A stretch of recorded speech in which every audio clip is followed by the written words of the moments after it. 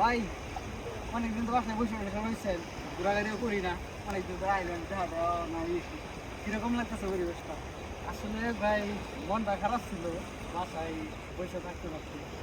তো আসলাম নদীর পাড়ে, অনেকদিন আসা হয় না। তো আগে মাঝে মাঝে আসতাম, বসে থাকতাম, কিন্তু শীতের সময় গেল, পাখিগুলো মিস করতাম।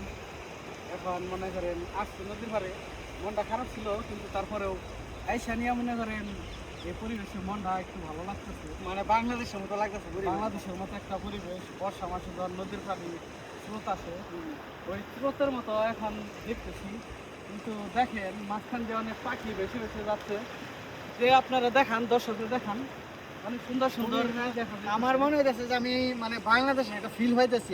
আমার মনে হচ্ছে জায়গাটার মধ্যে বাংলাদেশের মধ্যে একটা পানির feel একটা হইতেছে। শব্দ, পানির একটা শব্দ, বাতাসের একটা শব্দ, শব্দ সব হচ্ছে। মিলায় একবারে উফ, হ্যাঁ, কি আবহাওয়া দিল, কি দেখতে আবহাওয়া। দেখতে ভালো লাগতেছে আর কি, পরিবেশটাও ভালো, মনোরম পরিবেশ। বিকেলের এই না অন্ধকার না রোদ, বিকেল। মৃদু মৃদু একটা আবহাওয়া। আমরা সামনে দেখি কি অবস্থা। আসেন আমরা সামনে যাই দেখি। সামনে তো আরো সুন্দর view, সামনে আবার আকাশে আকাশে একটা রকেটও উড়ে যাচ্ছে, রকেটটা দেখান। অনেকদিন পরে দেখলাম।